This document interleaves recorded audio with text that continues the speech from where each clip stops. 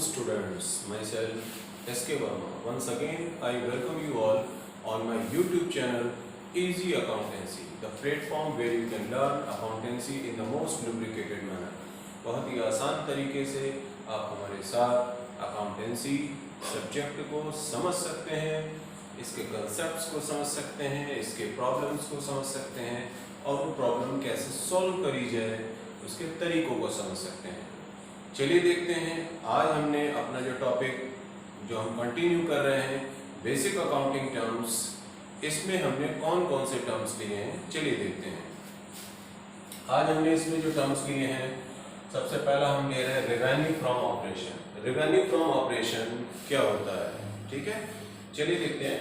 Revenue earned by an enterprise और by a company. Revenue earned by an enterprise और by a company, यानी कोई enterprise है या कोई कंपनी है, उसने जो भी रेवेन्यू अर्न किया है, ठीक है, फ्रॉम इट्स ऑपरेटिंग एक्टिविटीज, यानी इसकी जो डे टू डे ट्रांजेक्शन्स के थ्रू जिसमें ये बेसिकली डील करती है, गुड्स या सर्विस कुछ भी हो सकता है, इसके थ्रू इसने जो भी रेवेन्यू जनरेट किया है, ठीक है, तो revenue earned by an enterprise और a company from its operating activities, that is known as what? Revenue from operation. So simply we can say net sales, okay? So net sales हम कैसे निकालते हैं? Sales minus sales return. Net sales is what? Sales minus sales return. फिर देखते हैं आगे हमें क्या बता रहे हैं कि sale of services for non-financial enterprise, sale of services for non-financial enterprise, यानी non-financial enterprise का मतलब क्या हो गया? जिसका काम जैसे कोई ट्रेडिंग से रिलेटेड होगा, जिसका काम उधार देना इससे रिलेटेड नहीं है, ठीक है, जिसका काम फाइनेंस से रिलेटेड ना हो, वो नॉन फाइनेंशियल एंटरप्राइज का पार्ट बनता है। तो sale of services for non financial enterprise, तो उनके पॉइंट ऑफ व्यू से अगर हम लेकर के चले यहाँ पर फाइनेंशियल के अगर हम पॉइंट ऑफ व्यू से लेकर के चले तो हमारे पास टर्म आ जाते हैं, इंटरेस्ट है, interest earned, dividend received, these are basically the revenues और we can say revenue from operation for financial enterprise. तो फाइनेंशियल एंटरप्राइज के लिए कौन कौन से टर्म्स रेवेन्यू फ्रॉम ऑपरेशन में यूज होंगे? एग्जाम्पल के लिए फिर से समझिए, इट इज इंटरेस्ट अर्न्ड, क्योंकि उसका काम ही होगा उधार देना, तो उसके लिए इंटरेस्ट अर्निंग एक डे टू डे एक्टिविटी का पार्ट है, ऑपरेटिंग एक्टिविटी का पार्ट है। इसी तरीके से डिविडेंड रिसीव, तो उसका क्या मीनिंग निकल रहा है यहाँ पर? जो फाइनेंशियल इंस्टीट्यूशन होगा वो किसी दूसरी फर्म के शेयर्स में या कहीं ना कहीं इन्वेस्टमेंट को रखता होगा, ये उसका डे टू डे या ऑपरेटिंग एक्टिविटीज का पार्ट होगा, तो उसके लिए डिविडेंड रिसीव करना एक नॉर्मल पार्ट है, ऑपरेटिंग एक्टिविटी का पार्ट है। तो यहां पर हमने क्या देखा कि रेवेन्यू फ्रॉम ऑपरेशन का हमने मीनिंग को समझा है और इसके दो एस्पेक्ट्स हमने देखे, एक तो है नॉन फाइनेंशियल इंस्टीट्यूशन के लिए और दूसरा फाइनेंशियल इंस्टीट्यूशन के लिए। फिर फाइनेंशियल इंस्टीट्यूशन क्या होता है हमने इसको समझा। अब चलिए आगे चलते हैं। हमारे पास अगला टर्म हमने लिया है गुड्स। तो गुड्स हम किसे कहेंगे? Anything in which business deals.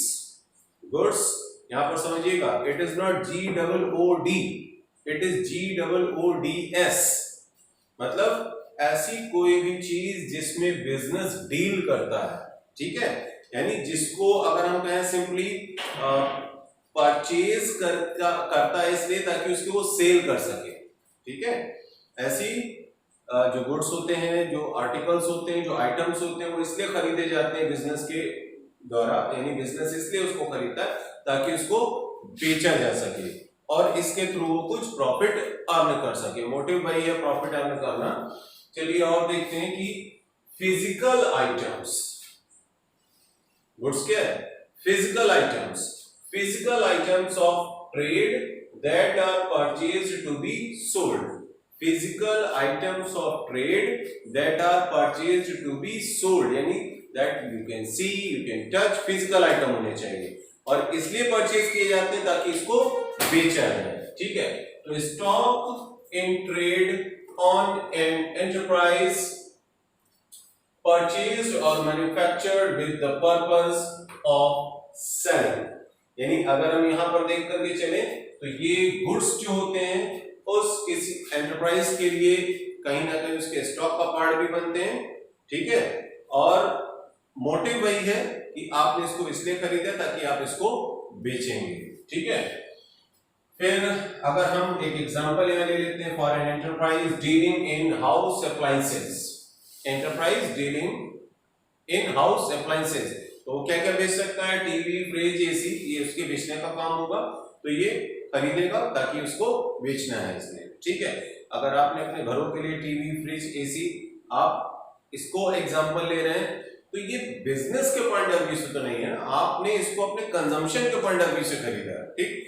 Business के पॉइंट ऑफ व्यू से नहीं, आपने इसको खरीदा ताकि आप इसे बेचेंगे, तब ये क्या आ जाएगा, ये गुड्स में ट्रीट किया जाएगा। चलिए आगे देखते हैं, स्टॉक या इन्वेंट्री अगला टर्म है हमारा, कि स्टॉक या इन्वेंट्री हम किसे कहेंगे, इसको देखते हैं।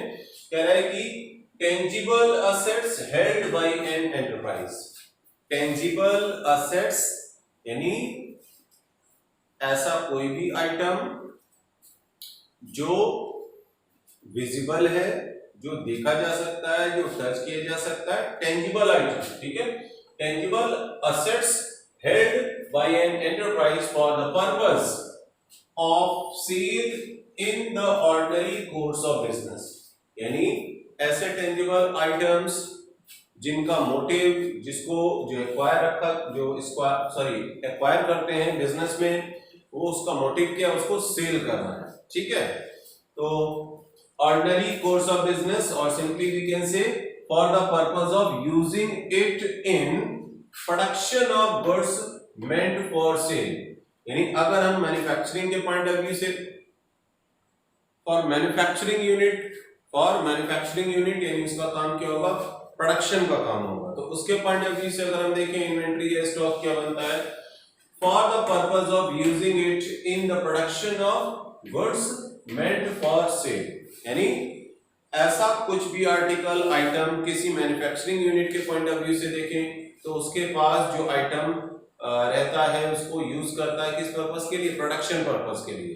यानी यहां पर हमने दो पॉइंट ऑफ व्यू से इसको समझा है, tangible assets held by an enterprise for the purpose of sale in ordinary course of business, ये किसी ऐसे एंटरप्राइज के पॉइंट ऑफ व्यू से बात कर रहे हैं जिसका काम जो है वो ट्रेडिंग का, तो उसने जो अपने पास रखा हुआ है, स्टॉक में रखा हुआ है, जिसका मोटिव उसको सेल करने का। दूसरे पॉइंट ऑफ व्यू से देखें तो मैन्युफैक्चरर अगर कोई है तो उसके पॉइंट ऑफ व्यू से क्या होगा, स्टॉक या inventory for the purpose of using it in the production of goods, यानी गुड्स के प्रोडक्शन के लिए आप ऐसे आर्टिकल्स को, ऐसे आइटम्स को यूज करते हैं, और वो प्रोडक्शन जो अगर आप करते हैं, मोटिव क्या होता है उसका, उसको सेल करने का होता है। तो यहां पर अगर हम देखें इन्वेंट्री या स्टॉक को हम कैटेगराइज कर सकते हैं कितने तरीके से, इन्वेंट्री या स्टॉक को हम कैटेगराइज कर सकते हैं नंबर 1, नंबर 2, नंबर 3। तो नंबर 1 में हम क्या देखते हैं, देखिए स्टॉक और इन्वेंट्री ऑफ गुड्स, स्टॉक और इन्वेंट्री ऑफ गुड्स ये क्या होता है। पहला टर्म हम अच्छा एक पॉइंट और भी यहाँ पर हमने लिया है, स्टॉक और इन्वेंट्री जो हमारे लिए ओपनिंग स्टॉक भी हो सकता है और ये क्लोजिंग स्टॉक भी हो सकता है, ठीक है। स्टॉक और इन्वेंट्री जो ये मेरे लिए ओपनिंग स्टॉक, हम लोगों के लिए ओपनिंग स्टॉक भी हो सकता है किसी एक बिजनेस के लिए, और ये क्लोजिंग स्टॉक भी हो सकता है। तो ओपनिंग स्टॉक क्या होता है, in the beginning of the financial period जो स्टॉक बिजनेस एंटरप्राइज के पास होता है उसे हम बोलते हैं ओपनिंग स्टॉक, और at the end of financial period जो स्टॉक किसी एंटरप्राइज के पास होता है उस स्टॉक को हम क्या बोलते हैं, उसे हम बोलते हैं क्लोजिंग स्टॉक। या इसका एक मीनिंग और भी निकाल सकते हैं कि जो closing stock of previous year होगा वो करंट ईयर के लिए ओपनिंग स्टॉक हो जाएगा, ठीक है। जो प्रीवियस ईयर का क्लोजिंग स्टॉक होगा अगर होगा तो वो फॉलोइंग ईयर के लिए क्या हो जाएगा, वो ओपनिंग स्टॉक हो जाएगा। चलिए आगे देखते हैं कि स्टॉक और इन्वेंट्री ऑफ गुड्स ये क्या मीनिंग के साथ है हमारे पास। It is actually for trading concern goods remaining unsold, ठीक है, trading concern goods remaining unsold, ऐसे कंसर्न जिसका जो मोटिव है वो खरीद कर बेचने वाला है, ट्रेड वाला है, ठीक है, तो इनके पास जो अनसोल्ड स्टॉक होता है उससे हम क्या बोलते हैं, क्लोजिंग स्टॉक या इन्वेंट्री बोलते हैं उसका, ठीक। फिर आगे देखते हैं इसी में कि manufacturing concern it takes processed goods manufactured for the purpose of sale. क्या मीनिंग हुआ, मैन्युफैक्चरिंग कंसर्न यानी ऐसा कंसर्न भी होता है जिसका जो मोटिव है वो प्रोडक्शन का है, तो प्रोडक्शन के पॉइंट ऑफ व्यू से, उस कंसर्न के पॉइंट ऑफ व्यू से देखें तो manufacturing concern it takes processed goods manufactured for the purpose of sale, तो जो प्रोसेस्ड गुड्स होता है मैन्युफैक्चर करता है ताकि उसको सेल कर सके, तो उसके पास जितना भी मैन्युफैक्चर्ड है और उसने भी उसको सेल के फॉर्म में कन्वर्ट नहीं कर पाया है तो इसको हम स्टॉक कहेंगे, ठीक है, from manufacturing point of view, manufacturing unit point of view.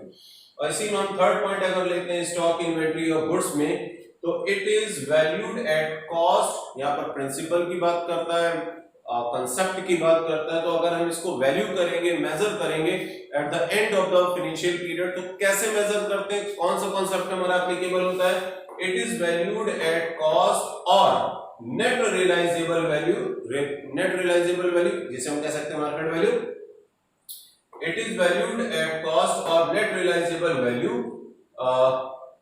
Which ever is lower, यानी दोनों में से जो कम होगा, क्या, कॉस्ट और नेट रियलाइजेबल वैल्यू दोनों में से जो कम होगा उस पर ही ये स्टॉक जो है ये मेजर या वैल्यू किया जाता है। चलिए अगला हम पॉइंट देते हैं, दैट इज स्टॉक और इन्वेंट्री ऑफ रॉ मटेरियल। यहां पर हमने समझा स्टॉक और इन्वेंट्री ऑफ गुड्स, अब हम यहां पर ले रहे हैं स्टॉक और इन्वेंटरी ऑफ रॉ मटेरियल।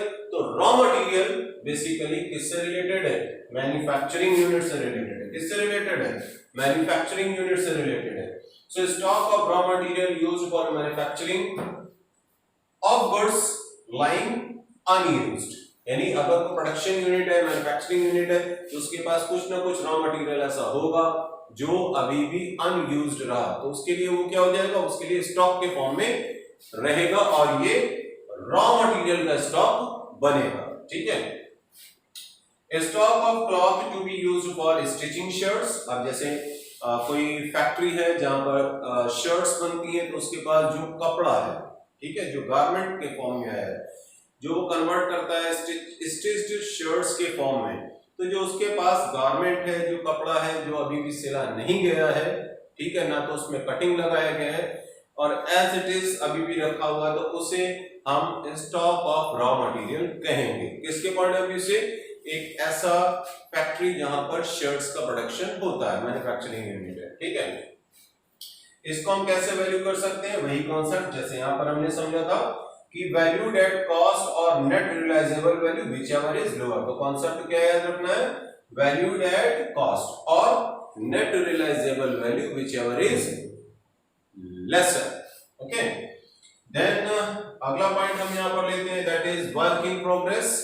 पहला दिया हमने क्या, inventory of goods, second WIP और सेकंड हमने लिया raw material, now third we are taking WIP. तो डब्ल्यूआईपी मतलब क्या हो गया, work in progress, work in progress.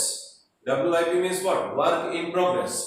तो stock that is in the process of being finished, the stock that is in the process of being finished, यानी कि ना तो वो रॉ मटेरियल के फॉर्म में है, ना ही वो फिनिश्ड फॉर्म में है। ऐसा कोई भी स्टॉक ना तो वो रॉ मटेरियल के फॉर्म में है और ना ही वो फिनिश्ड फॉर्म में है कि उसको सेल किया जा सके, और ना ही वो पूरी तरीके से अब रॉ में है, तो वो सेमी फिनिश्ड जिसे हम कह सकते हैं, तो उसे हम वर्क इन प्रोग्रेस के फॉर्म में, अगर ऐसा कुछ भी स्टॉक रह जाता है तो उसे हम इस कैटेगरी में लेकर के चलते हैं, ठीक है। They are partly finished goods we can say. अब इसको भी अगर हम वैल्यू कर सकते हैं, तो valued at an aggregate of cost of raw material used, cost of labour other than production cost, power, fuel, these, इसमें हम इसको मेजर कर सकते हैं। ठीक। और अगर हम आगे देखें हमारे पास और इसमें समझने के लिए क्या है स्टॉक से रिलेटेड, स्टॉक को अगर हम बैलेंस शीट में दिखाएंगे, चाहे वो किसी भी तरीके का स्टॉक है, चाहे वो गुड्स है, चाहे वो गुड्स के फॉर्म में है, चाहे वो हमारे पास रॉ मटेरियल के फॉर्म में है, चाहे वो थर्ड हमारा इसका कैटेगरी हमने लिया वर्क इन प्रोग्रेस WIP के फॉर्म में है, ये तीनों ही केस में अगर हम इसको दिखाएंगे तो हम इसको बैलेंस शीट में दिखाएंगे, और बैलेंस शीट में हम इसको करंट एसेट में कैटेगराइज करते हुए दिखाते हैं। ठीक है, तो स्टॉक और inventory is shown in balance sheet as current asset. It is valued on the basis of cost or net realizable value, that is market price, whichever is lower.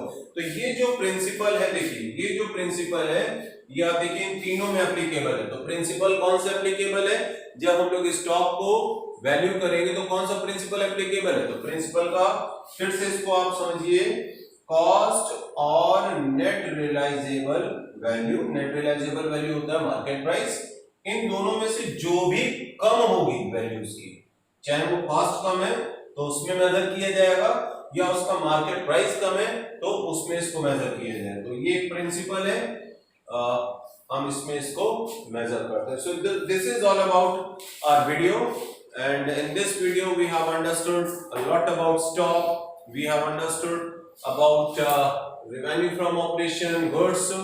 I hope it's clear to all of you, and thanks for watching the video.